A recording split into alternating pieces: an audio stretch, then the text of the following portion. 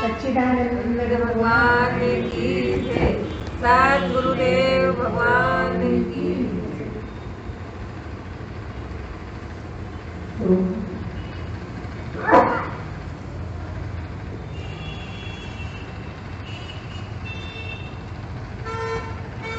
ईशावास्यं इदं सर्वं यत्किञ्च जगत्यां तेन त्यक्तेन भुञ्जीथा मा गृह्यतस्य सिद्धनम्। ओम शांति शांति शांति। आज के प्रश्न है कि हमको ये समझ में आता है कि अन्नमय कोश क्या है। अन्नमय कोश तो समझ में आ गया, आपने बहुत बार बताया, हमें कोशों की जानकारी दी है और अन्नमय कोश तो समझ में आता है। लेकिन ये प्राणमय कोश है, प्राणमय कोश की आप बात करती हैं और ये भी कहती हैं कि इसकी शुद्धि करो। तो क्या किया, कैसे शुद्धि करना? आप ये भी कहते हो कि जब सुबह नींद से उठो तो भगवान की याद करो, भगवान की याद में चले जाओ थोड़ी देर। तो क्या करें फिर हम प्राणमय कोश के लिए? क्या सुबह सुबह हम लेटे लेटे प्राणायाम करें? एक बात तो ये है। दूसरी बात है, दूसरी बात यह है कि हमारा मन जो है ऐसा मानने को तैयार नहीं है कि हम कम हैं। ऐसा लगता है कि हम ही सबसे अच्छे हैं और हम सही कर रहे हैं। गलती भी होती है तो ऐसा नहीं लगता कि हमने गलती करी है। दूसरों की गलतियां फिर पकड़ने आती हैं। सबकी गलतियां हमें जल्दी दिख जाती हैं लेकिन अपनी नहीं दिखती। इसके लिए क्या करें? तीसरा प्रश्न है कि अहंकार क्यों आ जाता है? आप कहते हो कि अहंकार काटो, लेकिन बात बात में अहंकार आता है और हम अपने आप को बहुत सुपीरियर समझते हैं कि हम देखो ऐसा करते हैं, ऐसी पूजा करते हैं, हम गुरु माँ को ऐसे मानते हैं, हम ये करते हैं, हम वो करते हैं। ये हमारे दिमाग में इतना क्यों रहता है कि हम श्रेष्ठ हैं? इस अहंकार को कैसे तोड़ें? क्या किया जाए? एक प्रश्न है। हाँ, एक प्रश्न ये है, कहा कि क्षत्रिय को उनके गुरु ने कह दिया था कि तुम्हें भगवान के दर्शन होंगे। तो इतनी लंबी आयु हो गई, 80 साल की होने के बाद 80 साल तक वो तपस्या करती रही, आश्रम में जाके चोरी चोरी सारी तैयारी करती रही और 80 साल में जाके राम भगवान के दर्शन हुए। दूसरी तरफ देखो तो तुलसीदास की शादी हुई, अभी बिल्कुल छोटे ही हैं, किशोर अवस्था खत्म करी है, जवानी में आए हैं। जैसे पुराने समय में प्रथा थी कि शादी जल्दी कर दिया करते थे, तो उनकी शादी हुई और शादी हुई तो वो प्रेम में इतने मस्त हो गए कि जब पहली बार उनकी पत्नी मायके गई तो इनसे रहा नहीं गए। अपने घर में रहते नहीं बना, जबकि वो थोड़े टाइम के लिए गई थी और फिर लौट के आना था। तो इतने ज़्यादा बेघर हो गए, इतने ज़्यादा आसक्त हो गए पत्नी से कि भरी बरसात में बहुत जोरदार बारिश हो रही थी, उसमें वो नदी पार करके गए। कैसे नदी पार करी? कोई लाश बह रही थी, उसके ऊपर बैठे कि ये कोई डूर है, लकड़ी का डूर है, ऐसा मानकर वो उस पर बैठ के नदी पार कर ली। आगे चले, बहुत जल्दी थी पत्नी से मिलने की, बहुत बेताब थे, बेचैन थे। आगे चले, जब घर आ गया तो दरवाजे से तो जा नहीं सकते थे, चोरी चोरी आए थे, सब पहले के लोग और पीछे पीछे आ गया। अभी लड़की हमारे घर आई है, पीछे पीछे ये भी आ गया। तो ये मेन डोर से तो नहीं जाना चाहते थे। जहाँ पत्नी का कमरा था वहाँ एक खिड़की थी, पीछे की तरफ एक खिड़की थी। उन्होंने सोचा कि इसी से चला जाए। उन्होंने कहा चला कैसे जाए? थोड़ी देर उन्होंने ध्यान से देखा, इधर उधर, तो उन्हें लगा एक रस्सी लटकी हुई है। वो मेरे आने के लिए पत्नी ने लटका रखी। पत्नी को पता है कि मैं बहुत चाहता हूँ और मैं जरूर आऊंगा पीछे पीछे, मतलब तैयारी पूरी है। तो वो उस रस्सी को देख के खिड़की पे चढ़ गए।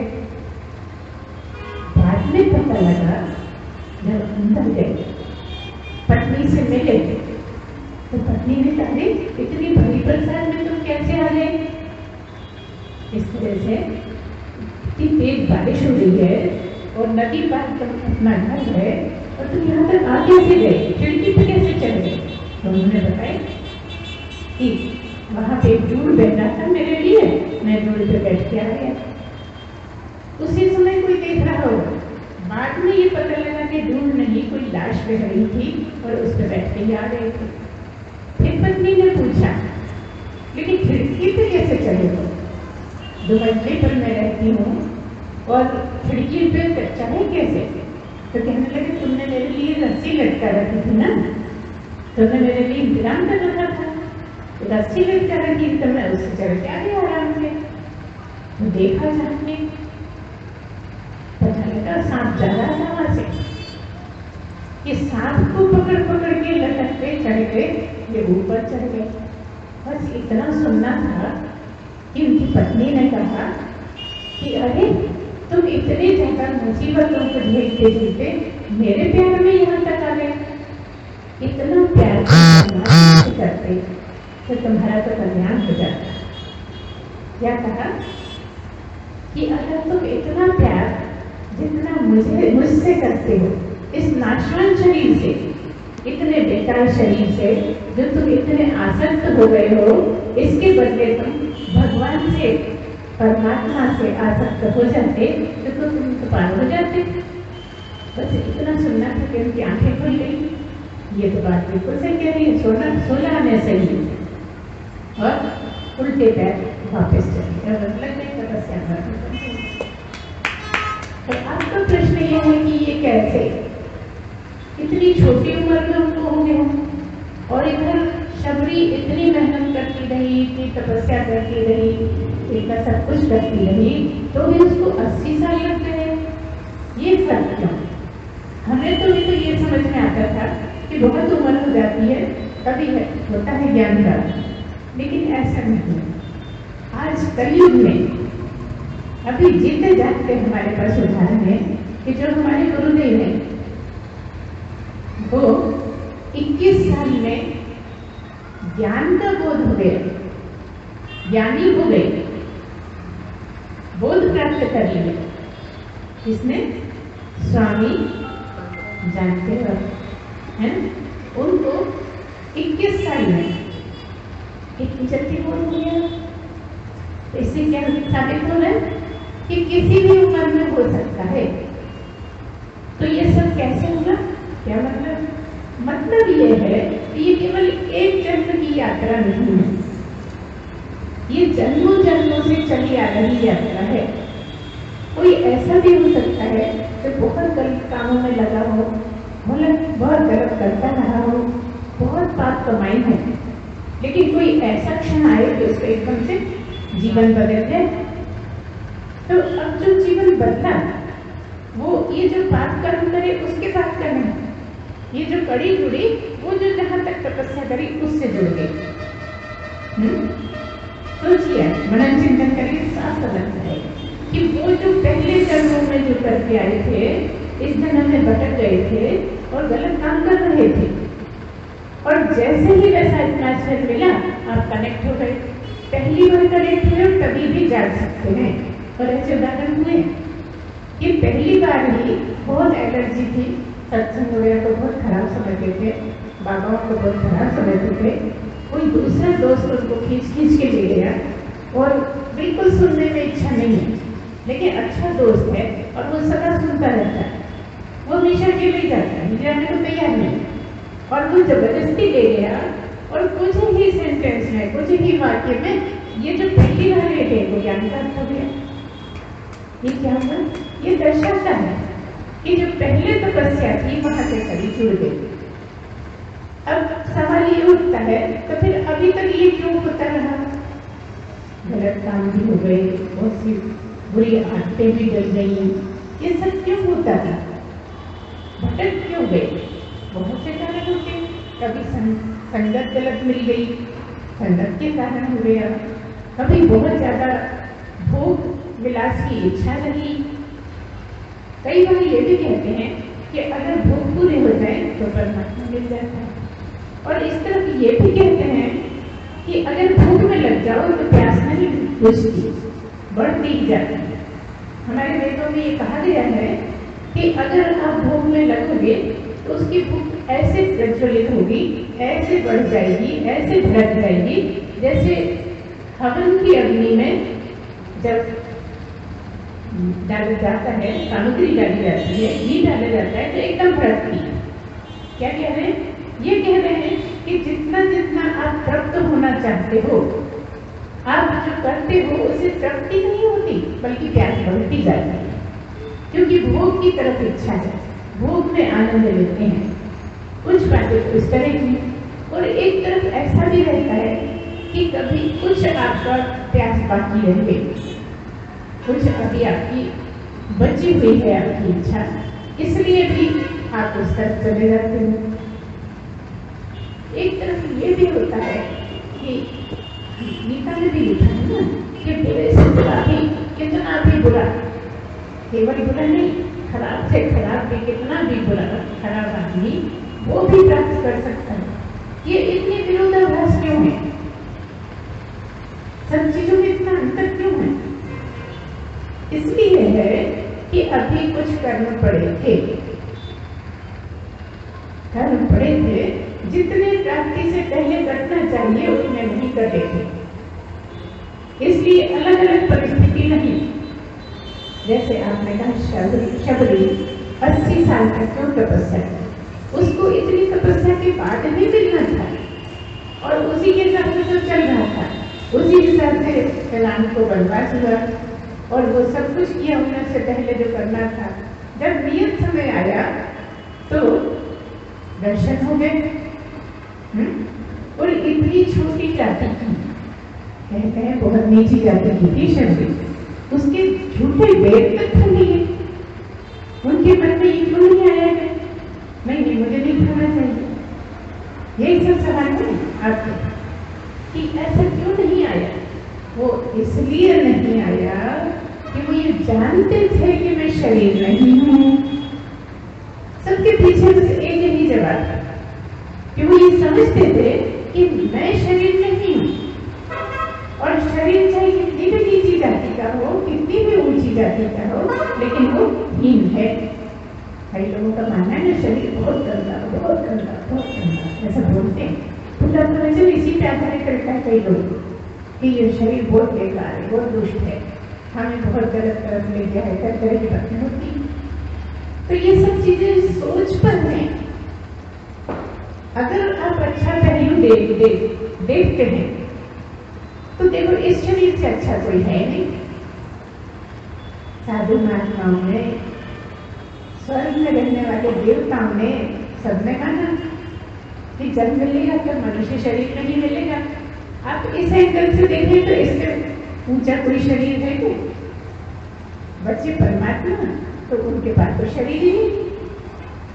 तो सबसे अच्छा शरीर यह है और सबसे बुरा शरीर यह है।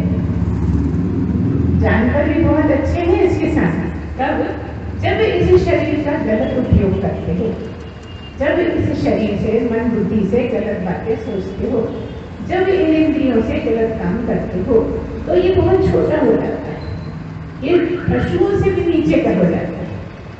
और जब आप अच्छी बातें सोचते हो, परमात्मा से मिलने की बात सोचते हो, परमात्मा के लिए कोशिशें करते हो, प्रयत्न करते रहते हो, तो यही शरीर बहुत श्रेष्ठ है। तो ना तो आप इसको गलत कह सकते हो कि ये शरीर बहुत ही हीन है, ना आप इसको गलत कह सकते हो कि ये शरीर बहुत श्रेष्ठ है, क्योंकि ये मानी हुई बात है कि जब तक मनुष्य शरीर नहीं मिलेगा तब तक कुछ नहीं होगा। और जिनके पास मनुष्य शरीर है वो व्यथाहीन हो रहे हैं, हो गए, भोग विलास में लगे रह गए, उसी में ही कर्म बना लिए। अब जब कर्म बना लिए तो काटने भी जाना पड़ेगा। जब काटने जाना पड़ेगा तो नीचे योनियों में भी जाना पड़ेगा, है ना। इसलिए अगर हम सत्संग सुनते हैं, लेकिन मुश्किल ये है कि ज्यादा भोग विलासी सत्संग में मन नहीं लगा सकता। गलत आदतों वाला या ज्यादा भोग में जिसका मन फंसा है उसको सत्संग में मन नहीं लगता, ऐसा लगता है कहाँ फंस गए। अगर वो किसी तरह के मन को मना ले और सत्संग में बैठने लगे, तो हमने आपको कई बार बताया, अक्सर बता देते हैं कि कोई पूर्ण पुरुष है, उसकी वाणी सुनने से कर्म करते हैं। ये अगर उसको गहरी नॉलेज हो जाए, ये उसको जानकारी गहरी हो जाए और उस पर विश्वास हो जाए, तो ये संभव है कि उसकी गलत आदतें भी छूट जाएंगी और सत्संग में मन लगने लगेगा। ये सब तरीके हैं बस। और जितना जितना सत्संग में मन लगेगा उतनी उतनी आपकी ऊंचाई बढ़ती चली जाएगी।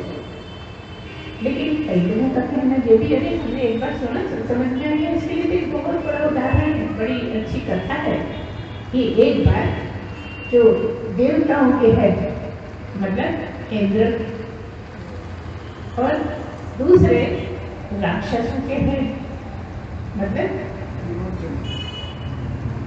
विरोचन, है ना, दोनों, एक देवताओं के जो मुखिया हैं इंद्र और दूसरी तरफ राक्षसों के जो मुखिया हैं विरोचन, ये दोनों ने ऐसी करी सलाह करी कि अपन ज्ञान प्राप्त करने चलते हैं।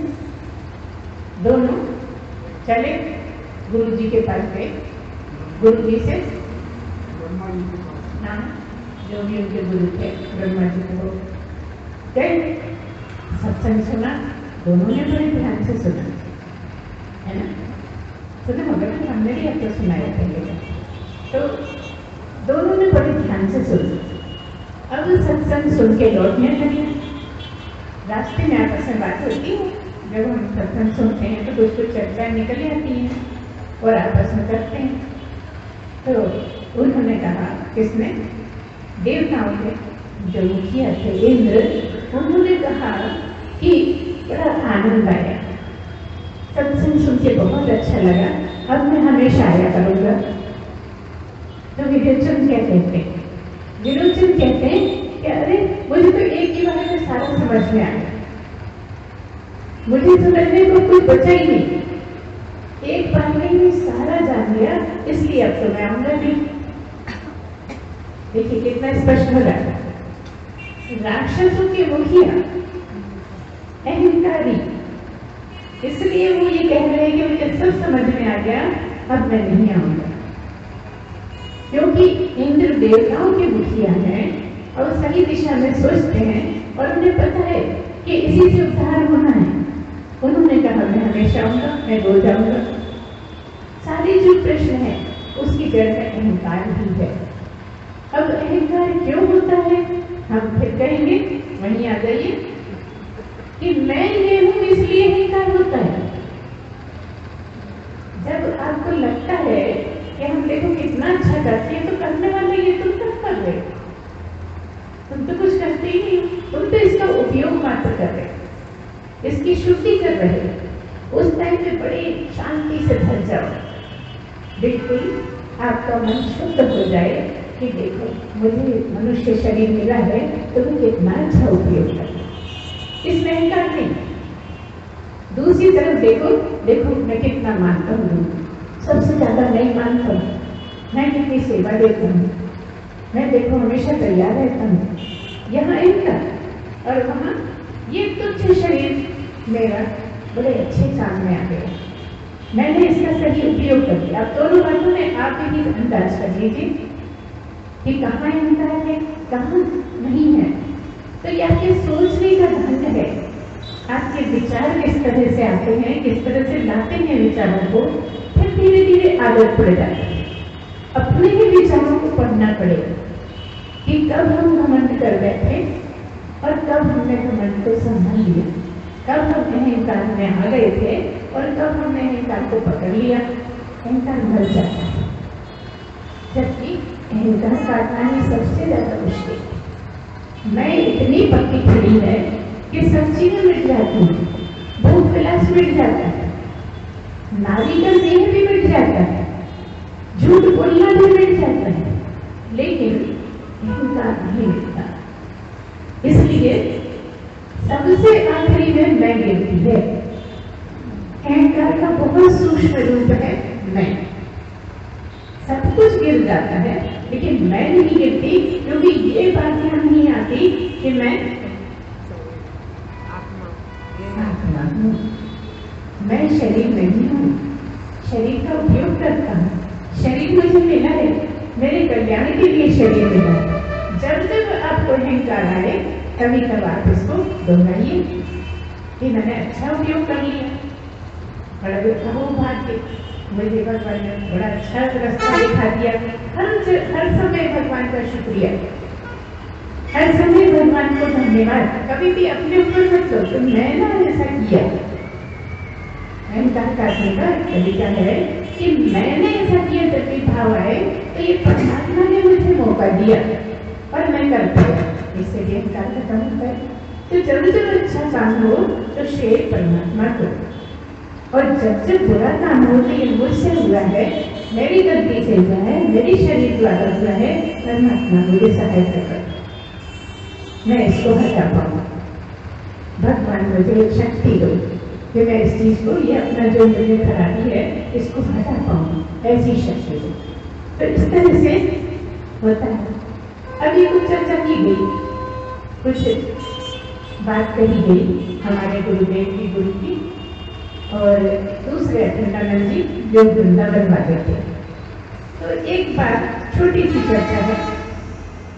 अक्सर मिलते जुलते रहते थे दोनों, अच्छे दोस्त भी थे, दोनों ही महात्मा भी थे, बड़े प्रेम विलाप बताते थे उनमें। तो एक बार पीली कोठी वाले स्वामी अखंडानंद जी बैठे थे अपने आश्रम में, वृंदावन वाले स्वामी अखंडानंद जी उनसे मिलने आए, और जब मिलने आए उनके पास तो उन्होंने कहा जोर के, शिवोहम। किसने? वृंदावन वाले ने कहा शिवोहम। जब स्वामी अखंडानंद जी जो पीली कोठी वाले थे तो उन्होंने कहा सर्वोहम। बात समझ में आई? दोनों एक ही बात कह रहे हैं, कोई कंपटीशन नहीं हो रहा, लेकिन उन्होंने उससे भी ऊंची बात करी। शिवोहम से शुरू हुई और सर्वोहम पे खत्म हुई। यह है अन्वय व्यतिरेक। व्यतिरेक मतलब मैं शिव हूँ, हालांकि व्यतिरेक शिव से शुरू नहीं होता है, अंत होता है, लेकिन इन दोनों में देखिए अंतर कि मैं शिव हूँ मतलब सब कुछ मैं हूँ, उसी को और सुधार करके और अच्छा बनाने के लिए कहीं कंपटीशन बिल्कुल नहीं हो रहा। उन्होंने कहा मैं सर्वोम, मैं सब कुछ हूँ, मुझसे कुछ भी अलग नहीं है, मैं ही सब कुछ हूँ, सारे जगत में मैं ही हूँ और कोई है ही नहीं, मतलब तुम भी मैं ही हूँ, मैं तुमसे अलग थोड़ी हूँ। उन्होंने कहा कि शिव हूँ, मैं शिव हूँ, तो मैंने कहा तुम भी मैं भी मैं, सब मैं ही मैं। इस तरह से जो बात छुड़ी हुई थी उसका जवाब फिर से आ गए हम अपने टॉपिक पर कि अहंकार कैसे करें, तो उसका हमने बताया। आपने कहा कि ये पंचकोश में अन्नमय कोश समझ में आता है, ये हमें ठीक से समझ में आता है, और ये भी समझ में आता है कि कैसे इसको करें शुद्ध, जब करें तब करें, अच्छे अच्छे काम में लें इस शरीर को, और इस तरह से हम अन्नमय कोश की शुद्धि करें। लेकिन प्राणमय के लिए क्या करें? क्या सोते उठते हैं तब प्राणायाम करें? नहीं, प्राणायाम करने की भी अपनी एक विधि है कि आप उठिए, नहाइए, लेट्रिन करिए, नहाइए, जो भी सुबह के काम है वो सब करिए, और फिर उसके बाद बैठिए प्राणायाम करने। लेकिन यह सवाल यह है कि उठते से हमें याद करना है। तो जब आपकी नींद खुली है तो आप, एक चीज तो यह है कि मान लीजिए सपने से उठे, आप सपना देख रहे थे, नींद खुल गई, तो आप बिना आँख खोले फिर सपने में चले जाइए, आज तक हो गए कि सपना थोड़ी आता हो गए। तो फिर से आप सपने में जाइए और परमात्मा को देखिए कि क्या करेंगे, परमात्मा में लग जाइए, मन में लग जाएंगे, आंखें बंद में ही जुड़ने का प्रयत्न करें, है ना। अगर आप ऐसे करें तो इससे लाभ होता है। और आपका प्रश्न है प्राणायाम, तो प्राणायाम में आप गहरी गहरी सांसें लेना और गहरी गहरी सांसें छोड़ना, ये किसी भी अवस्था में कर सकते हैं। क्यों? क्योंकि सांस तो ले ही रहे हैं। कौन सा समय ऐसा है जब सांस नहीं लेते? सोते में तो तुम्हारा बस नहीं है, लेकिन नींद खुल गई तब तुम जान रहे कि मैं जागे हूँ, तो आप गहरी गहरी सांस छोड़ सकते हो, गहरी गहरी सांस ले सकते हो, परमात्मा का ध्यान कर सकते हो, परमात्मा की याद कर सकते हो, गुरु वचनों को भी याद कर सकते हो। उठने के बाद सबसे पहले जो याद करोगे, सारे दिन वही आपके दिमाग में घूमेगा, इसलिए ऐसा कहा है। अगर आप कोई लड़ाई झगड़े की बात सोच लोगे तो फिर वही घूमेगा। और देखो लड़ाई झगड़े की बात क्यों आई? क्योंकि सोचते समय सोचते सोचते सोचते तो कल का दिन तो खराब किया ही हमने, है ना। लड़ाई झगड़े की बात सोचते सोचते नींद आ गई, अब उठे तो वो अपने आप ही आ गई, वही बात फिर आ गई। इसलिए कहा गया है कि छोड़ो और जब से ध्यान लगाओ। अगर परमात्मा में ध्यान लगाओगे तो दूसरा दिन खराब नहीं होगा, क्योंकि तुम सत्संगी हो और तुम चाहते हो कि मैं ज्यादा से ज्यादा समय परमात्मा में लगा पाऊं। ऐसी मुझे शक्ति दो भगवान कि मैं परमात्मा में जीना सीखूं। जब परमात्मा में जीना सीख लेते हैं, सीखने का प्रयत्न करते हैं, तो एक समय ऐसा आता है कि सब करते हुए भी आप बोध को प्राप्त हो जाते हैं, आप जान जाते हैं, आप अनुभव से गुजर जाते हैं और आपका काम हो जाता है। इसलिए अपने जीने का जो ढंग है वो इसी तरह का बनाना है और इसीलिए अहंकार तोड़ना पड़ता है। अहंकार बहुत बिगड़ डालता है ना। इसलिए गीता में कह दिया अहंकार विमूढ़ आत्मा करता हूँ उसी मन्यते। क्या सोचता है अहंकारी आदमी कि मैं ही सब करता हूँ, करता हम, मैं करता हूँ, जो भी कुछ करता हूँ मैं करता हूँ, किसी से अहंकार उसको ज्यादा है। और दूसरी तरफ इसका जवाब ये है कि मनोबुद्धि अहंकार चित्तानि नाहम्, ना मैं मन हूँ, ना मैं बुद्धि हूँ, ना मैं अहंकार हूँ और ना चित्त हूँ। अहंकार किस बात का? इन्हीं चारों से मिलकर हो जाता है ना अहंकार। चित्त में से कोई बात उठाई, फिर अपने को श्रेष्ठ बोला, अपने को समझाया कि मैं बड़ा श्रेष्ठ हूँ, मैंने कितना अच्छा किया, और जहाँ अच्छा किया तो बस श्रेष्ठ मैं हूँ, अहंकार आ गया। तो उस समय ये सोचना है कि ना मैं मन हूँ, ना बुद्धि हूँ, ना चित्त हूँ, ना अहंकार हूँ। मतलब मैं ये देह ही नहीं हूँ। जब मैं देह नहीं हूँ तो अहंकार किस बात का? और जो मैं हूँ वो किसी को दिखता नहीं, तो मैं किसको जता रहा हूँ कि मैं बहुत अच्छा बुरा तो दिखने वाला है ना, बहुत सारे दिखने वाले में है। जो नहीं दिखता उसको तो निर्गुण है, उसको कोई छू भी नहीं सकता। वो जो तुम नहीं दिखने वाले हो, वो जो तुम शिव हो, वो जो कल्याणकारी हो, वही तुम असली वाले।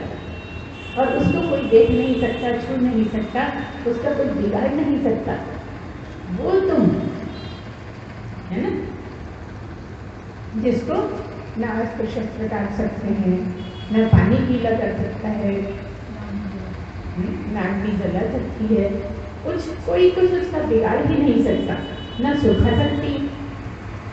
पानी गीला करे तो सुखाए, अब जब गीला ही नहीं कर सकती तो सुखाएगा।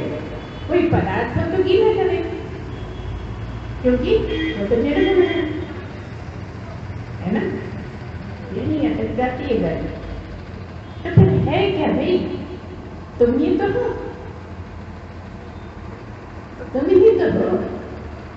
तुम में से शरीर को अलग कर दो, वो जो तुम हो वो तुम, वो शिव, वो परमात्मा, वो ब्रह्म, वही सच्चिदानंद तुम अपने को देखो ना। जब तक तुम दूसरों को देखोगे तब तक अहंकार में जियोगे, जब तक दूसरों को देखोगे दूसरों में कमियां दिखेंगी, और जब जब तुम दूसरे को देखोगे तो अपने से दूसरे को कंपेयर करोगे। दूसरे को नहीं देखो, तुम क्या हो वो देखो। यहाँ दूसरे किसको क्या है? ये तो दूसरा है, ये भी दूसरा है, और तुम ज्यादातर दूसरे को ही देखते हो, पहले को देखते नहीं, है ना? यही के यही दो हैं जिससे तुम पूरे समय बातें करते हो। अपने ही खड़े कर लेते हो और बातें शुरू हो जाती हैं, और इतनी करते हो तो घबरा भी जाते हो। अपने से ही बातें करके घबरा जाते हो। तमाशा तो देखो, कोई दूसरों से बातें करके घबराता है, चलो भैया घर चलो, बहुत टाइम हो गया, घर की गपशप इतनी लगा ली, घर चलो। तुम तो अपने से ही घबरा जाते हो। इससे क्या पता लगता है कि इसका केवल सही उपयोग करो, इसको सही दिशा में ले चलो। वो कौन लिखेगा? तुम्हारे अच्छे विचार। गलत विचारों को छोड़ते जाओ। अब कैसे छोड़ेंगे ना? चाहते तो यही है, बस जब आए तभी ध्यान पकड़ लो कि मैं ये हुई नहीं, अरे मैं तो इसकी बात कर रहा हूँ, मैं थोड़ी हूँ हुई है, ये तो दूसरा है। बड़ा आसान है। अगर ये ध्यान रहने लगे ना कि मैं ये नहीं हूँ तो बहुत जल्दी हो जाएगा आपका काम। ये ध्यान ही नहीं रहता कि ये मैं नहीं, हर जगह मैं ऐसा रहता है। और देखिए प्राप्ति का क्या है तरीका कि जीते जी वही, जब भी आपको मोक्ष होगा जीते जी होगा, शरीर के साथ, लेकिन शरीर को छोड़ के होगा। शरीर का होना आवश्यक और शरीर का होना विघ्न, दोनों चीजें एक ही जगह खड़ी कि मनुष्य शरीर होने की शर्त और शरीर को छोड़ देने की भी शर्त। तो फिर ये आपके बस में थोड़ी है। उसको मनाओ, कहा करते बहुत मदद करो मेरी, हे परमात्मा, हे भगवान, मेरे प्रभु मेरी मदद करो, मैं बहुत चाहता हूँ, है ना? तो इस तरह से करने से हो जाता है। एक जगह क्या कहा है,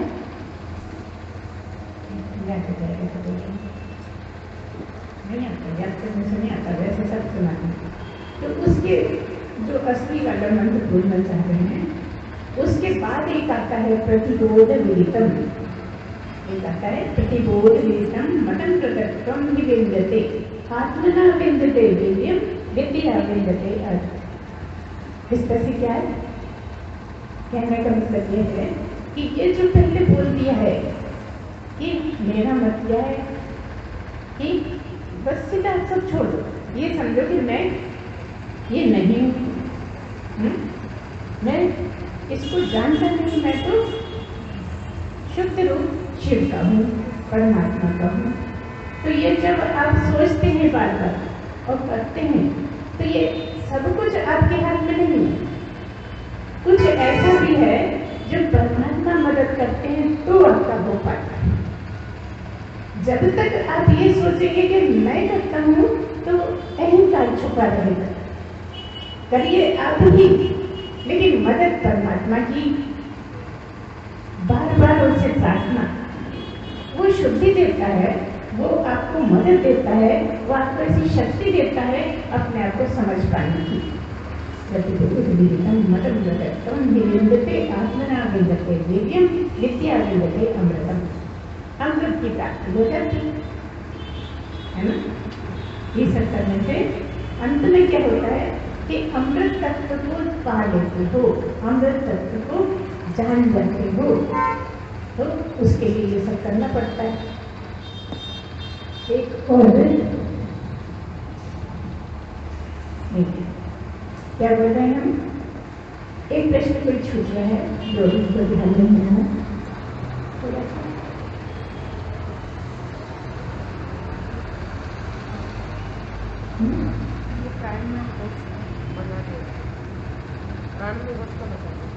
ठीक है, एक प्रश्न और भी आपने पिछली बार कहा था कि ये जो आपने भजन गाया इसके बारे में बताइए। तो हम यहाँ बता दें, हालांकि अभी से संबंधित नहीं है, लेकिन कई बार हम सोचा दे नहीं पाई जवाब, अभी ध्यान में आ गया तो अभी हमने आ गया कि वो जब हमने भजन गाया था ना, वही तो उसका जवाब था।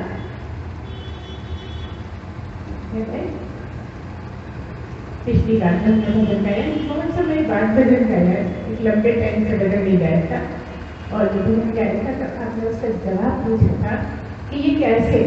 तो जो पूरा भजन था वो आपके प्रश्न का ही जवाब था।